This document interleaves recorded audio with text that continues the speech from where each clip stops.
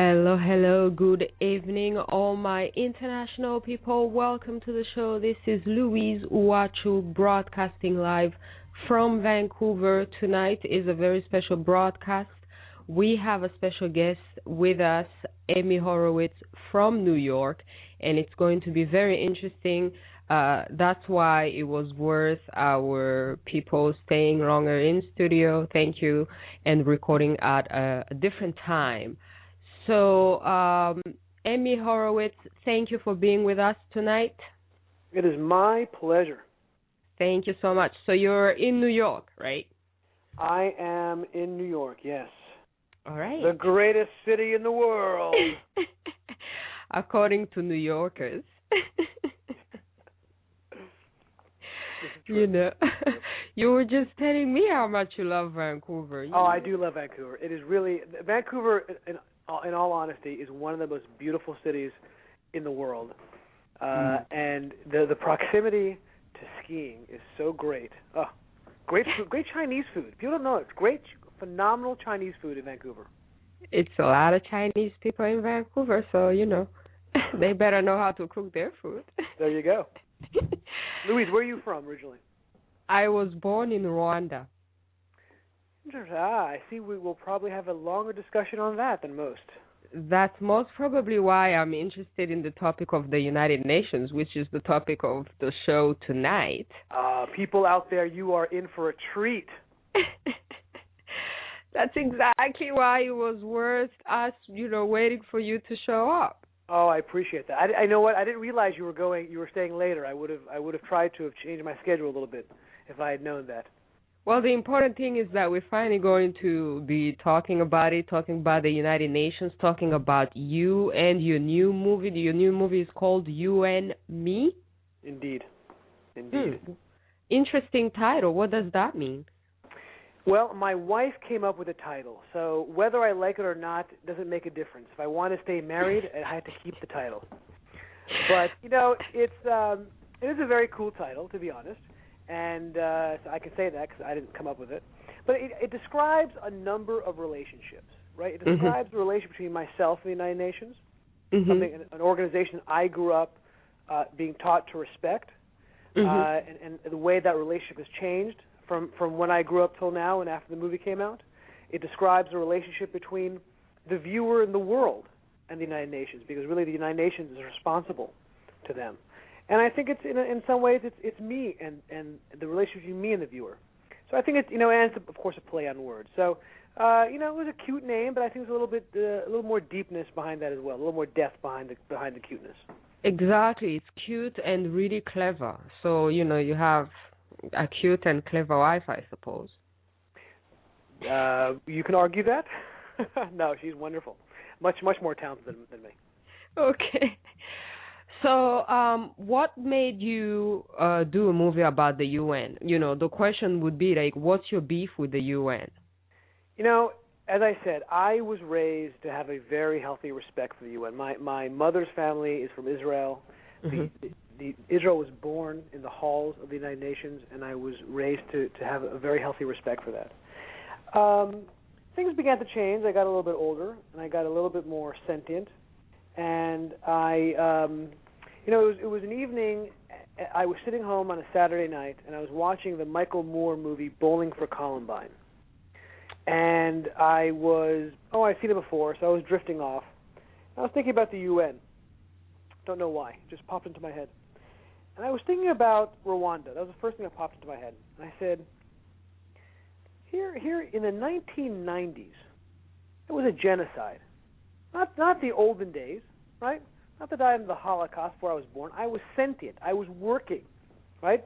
And yet, in our midst, there was a genocide. And I thought to myself, the 1990s, forget that. There's a genocide going on right now.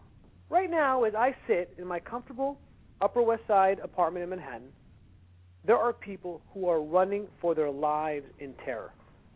And I thought, how could it be that we live in a world where in almost every kind of metric, the world is better off decade after decade? There's no more real hunger in the world for the most part. People aren't dying of hunger anymore. There's man-made hunger, but not because of lack of food. diseases have been eradicated off the face of the earth. There's more accessibility to education than ever before. But in the one area we are not better off than before is security. Why was that? And whose job is that? And it became very clear to me. It was the job of the United Nations, and something didn't seem right.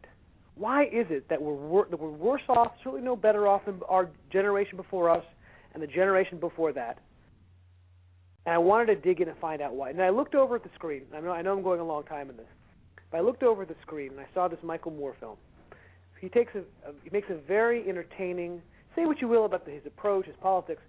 You can't argue that he makes an entertaining movie. And I said, this is the style I wanted to make: an entertaining, darkly humorous movie about a very serious topic. You know, I actually thought about Michael Moore when I was watching, on your website. I thought about it, and I was watching a couple of your pictures, and I was like, he totally went Michael Moore in Côte d'Ivoire, which is a hard thing to do. Looks like you were getting thrown out of the UN compound in Côte d'Ivoire and things like that. I guess, of getting thrown out of UN compounds. Mhm. Okay, so which year was this insight, and then from that to actually making the movie, how long did it take? Well, it feels like 20 years, but it was a little bit shorter than that, not much shorter. The idea was June 2007. Mm-hmm. We probably finished shooting and editing it sometime in 2010, and then we had to put together distribution, and now we are set to release the movie June 1st. In theaters across the United States. We're not in theaters in Canada yet, but we are available on iTunes. We're available on video on demand for most cable companies in the United States, but anywhere in the world you could download it on iTunes. As of tomorrow. Starting tomorrow.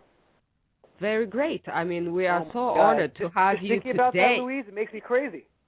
All this work, and it all comes down to success or failure tomorrow. Oh, my God. Oh, wow. So you have a movie coming out tomorrow. So you're going nuts right now. I am going nuts. I tell you, yesterday, Louise, it's a good thing we didn't do this yesterday. I did 25 interviews yesterday. 25. And by the last two, I have to admit I had a few cocktails. Mm-hmm. So people who got me the last two got the most interesting interview. But today was a relatively light day. So I'm it's not easy. It'd be very easy for me to put together a good show for you. So don't you get bored of talking about the same thing? Aren't you tired? What haven't you said about the UN? Okay, so it's corrupted. How corrupted is it? It's pretty bad. I have to say. I'd love to say it's not that corrupt or it's a little bit corrupt. I've got to say it's very bad. I'll give you an example of how corrupt it is. Mm-hmm. And by the way, it's not just not just corrupt. In my view, it's not just corrupt in terms of money, which it is. I think it's morally corrupt, which is even worse. But in terms of the corruption in terms of money, I'll just give you an example. The UN did something extraordinary and very positive. About 2 years ago, they hired a top-notch U.S. forensic accounting team, guys who are steeped into going back into the books and figuring out where the problems are. They hired this team. They went in and they looked at every single thing the peacekeeping department bought for 3 years. Everything, from the little things to the big things, and the billions upon billions of dollars. And they came out with a report and said 25% of everything you guys spend money on is riddled with corruption. It's going into somebody's pocket. 25%. And the UN looked at it and they said, "Wow, it's unbelievable. You're fired." That gives you a sense of the fiscal corruption of the United Nations. Wow. Okay.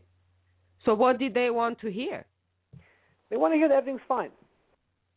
They want to hear everything's fine. They want to put their head in the sand. And that cuts across not just money, but in terms of everything else. Put their head in the sand and say everything is fine. As long as we send Kofi Annan into Syria, it'll all be fine.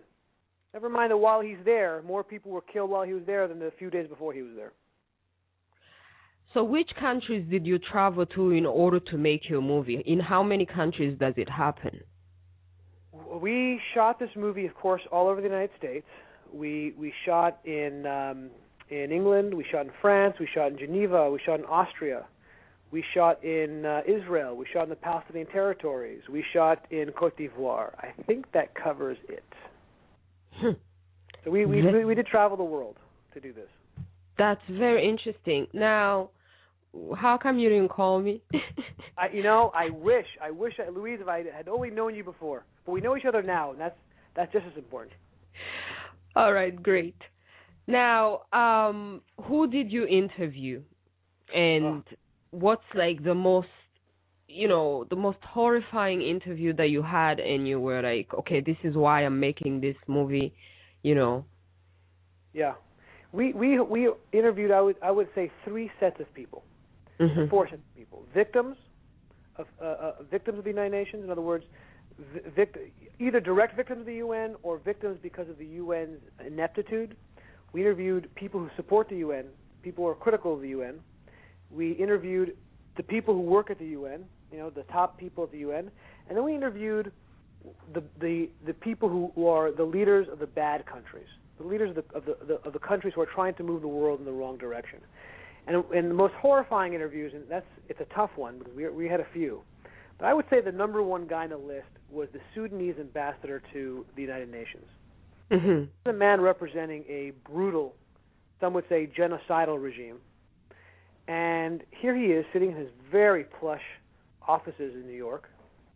And, we didn't shy away from asking now, so your audience knows the style that I chose to take when interviewing these people is not confrontational, but rather I was almost their ally. I felt that pretending that I agreed with them was the best way to get them to talk to me. And I think you might agree it worked. So this guy, you might have gotten fired. You knew what happened to them. Absolutely. So I remember asking this guy, is there genocide going on in Cote d'Ivoire? Is there anybody being killed? No. Anybody who's died, they died because of climate change. I think I asked him, I didn't know that climate change could cause axe head wounds. Wow.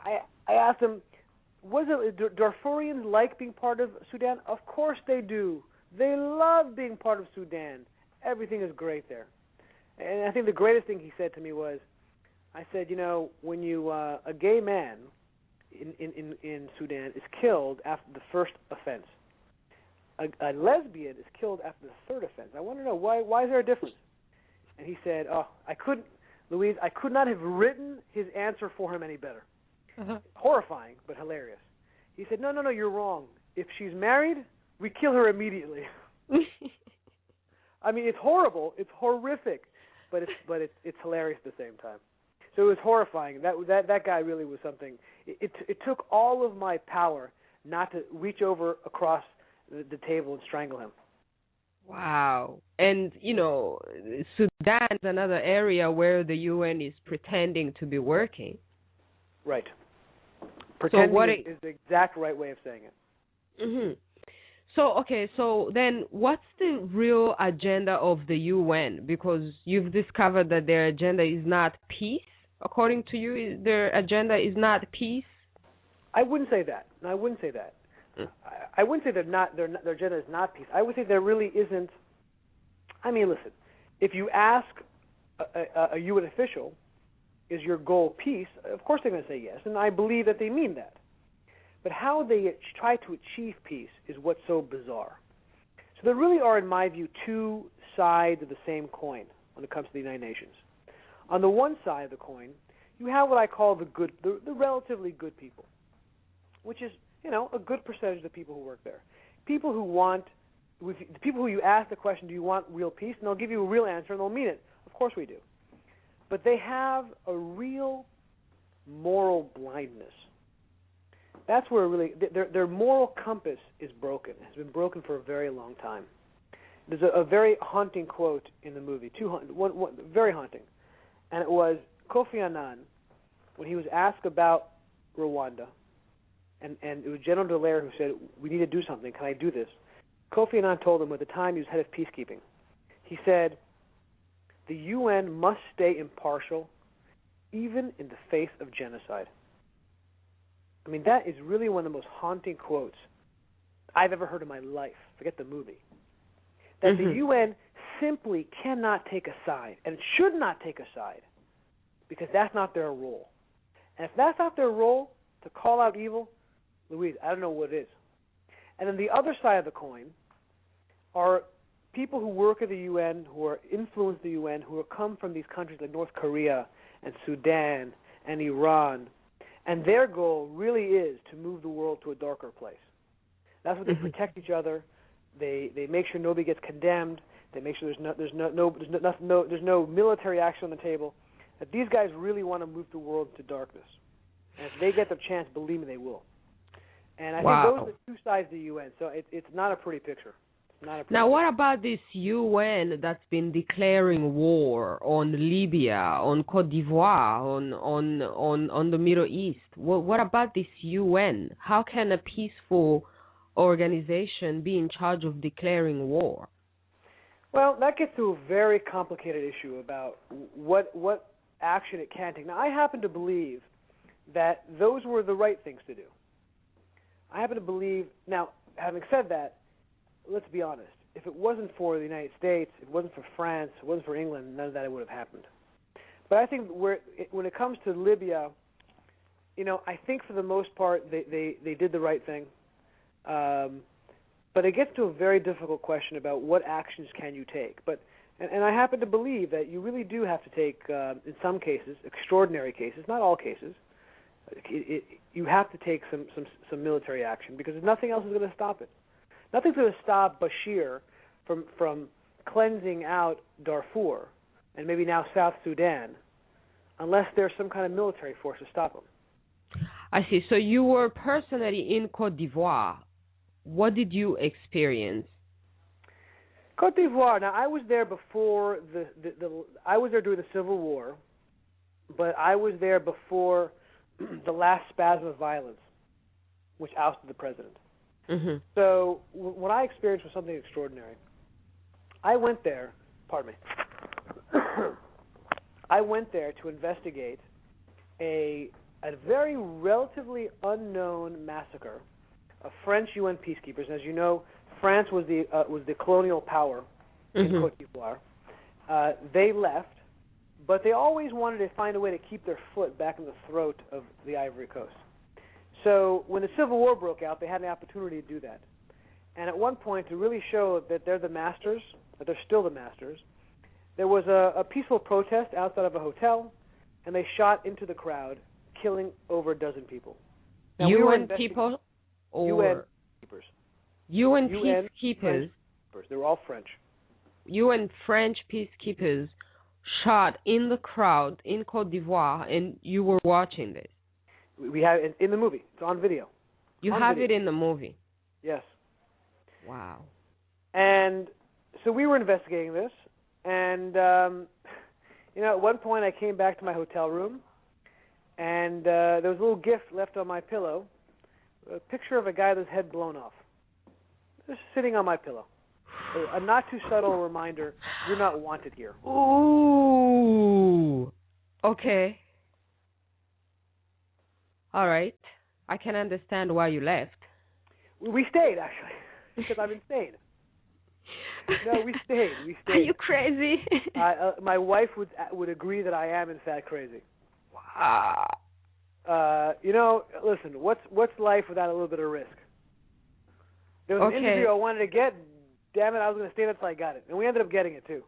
Of course, that was when the head of the UN mission denying, not even knowing it happened. I don't know anything about that.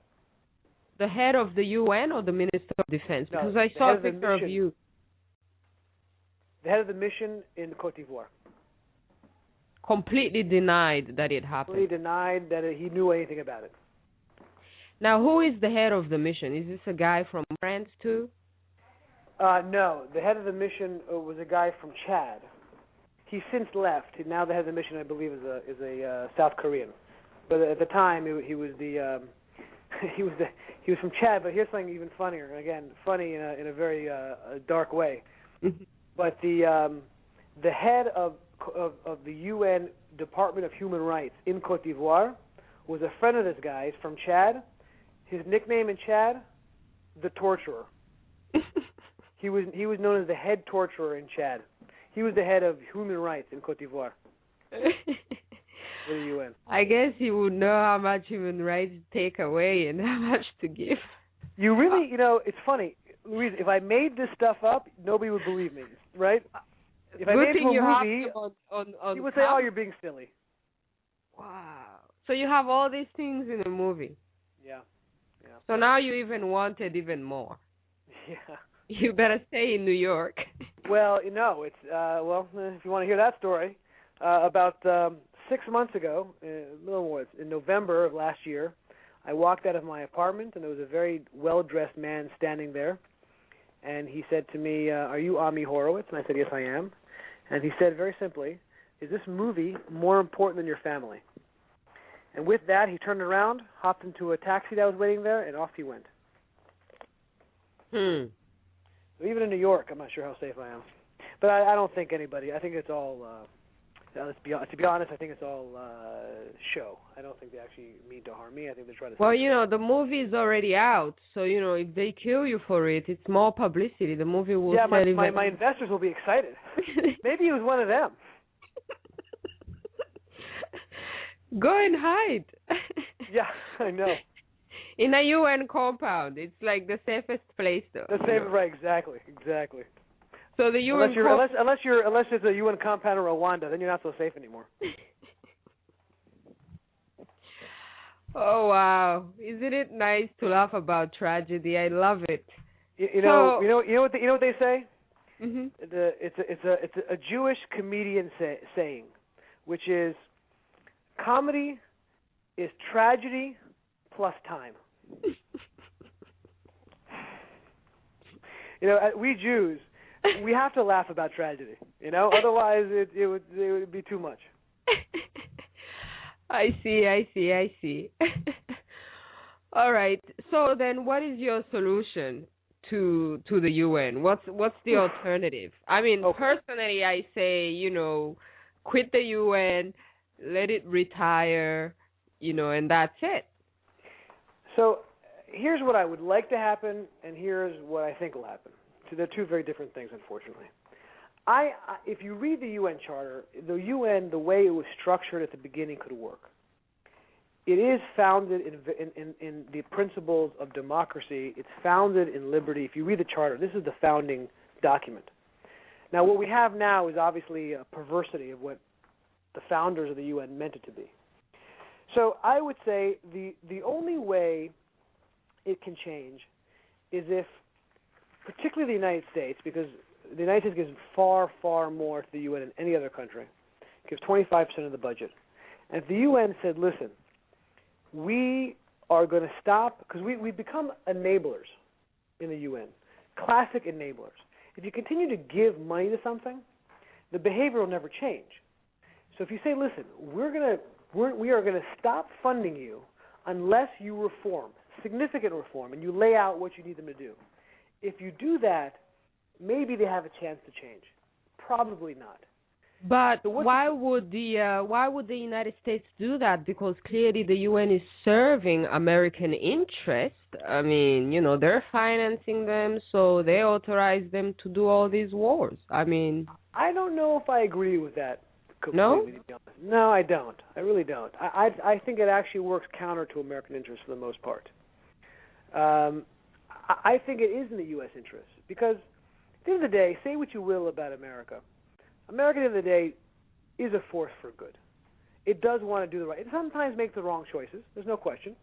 But it does want, ultimately, even when it makes the wrong decision, it's doing it for the right reasons. It doesn't, this baloney about Iraq and oil, baloney. Trust me, we don't get a 1 penny of oil from Iraq. If anything from Iraq, we pay full price. We try to make the right decision. Sometimes we don't. Sometimes we do. But I think that's natural. I think you're talking about the American people, not the American government. No, I'm talking about the American. Listen, there seems to be like a also. huge difference between the American people and the American government. No, of course there is. But even with the American government, I'm a cynical person. I'm not that cynical. Mm. And At the end of the day, the UN really does not stand. Listen, some people may think it serves American interests. I can tell you, for somebody who spent a lot of time on the inside, it doesn't. There's a real hatred of America inside the UN. There's a real hatred. Wow. So who is it serving then? I think the UN, the people it serves the best are the bad actors. Sudan, Iran, North Korea, Syria. These are the people that benefit the most. Even though they don't even have a voice? I mean, they don't really have a voice in the UN. A very strong voice. Don't kid yourself. Don't kid yourself. Really? Yes. Because these countries are put in positions of power where they can influence things. For instance, Iran can sit on different important committees. It sits on the Committee for Women's Rights. I mean, is that a joke or what? And China and Russia and Cuba and Libya can sit on the Human Rights Council, and they protect each other. There's a reason why Iran has never once been condemned by the UN Human Rights Council. One of the biggest abusers of human rights in the world. There's a reason for that. There's a reason why Sudan committing genocide has only been censored once. And that censor was so watered down that Sudan even voted for it, because they protect each other that way. And that's why they're able to make use of the United Nations. It's a tool for them. So no, I think there's a great incentive for America to hold back the funding. I think we're very close to it. I think the Republicans have been wanting to do that for years, and the Democrats, for the first time, are agreeing with them. Not the president, but the Congress. And they're the ones I actually heard comments of people saying that isn't it treason when Obama presides at the UN, because isn't it anti-constitutional because an American president is not supposed to serve any other international foreign entities or institutions? That's crazy talk. those are extreme people. No, I wouldn't say that. But yes. Anyways, you asked. So what I think could be better. I think we may have to start over again. Mm-hmm. We have to make sure that it's an institution who truly is rooted in freedom and democracy and liberty, truly. And if you stick to that, it'll work. And what if there was no organization? What would be so wrong with that? Why do we need an organization since it's clear that the organization doesn't work? What if there was no organization and countries learned to communicate with each other freely as they choose? I'm not saying you're wrong. I don't know. I don't know. Maybe we are better off that way. I don't know. Do we have question, and I thought about it for a long time. I don't have an answer. What's that? What? Do we have to have an organization for human relations to happen, for nations to live with each other? Well, history has shown that the answer is no. But I still think that I would like to have, I think collective action is a good thing. I think we should strive for it. I think something that makes humans unique. Maybe if they were working for free, because if they're getting paid all this so much money, they get paid so much money, they leave the lifestyle. Yeah, that's where the corruption really is. Going to the private jets and all these things, it's a beautiful lifestyle to be working for the UN. Yeah, no, it's wonderful. I wish I worked for the UN before I started this. I'm only sorry that I didn't. I had to work for a living and make money. Now I understand why you hate the UN. There you go. That's right. I'm jealous. Well, I am jealous, actually. I'm so jealous. I mean, you grew up in New York. You see the building. Other people got it beautiful. They're working at the UN, and you have to struggle. Yeah, exactly. Huh. So, I mean, if you're serving humanity, I mean, should you be getting paid for that? I mean, they're getting paid so much, and they're not even doing the job, and the organization still exists. If you really care. You're right. I don't know. You're right.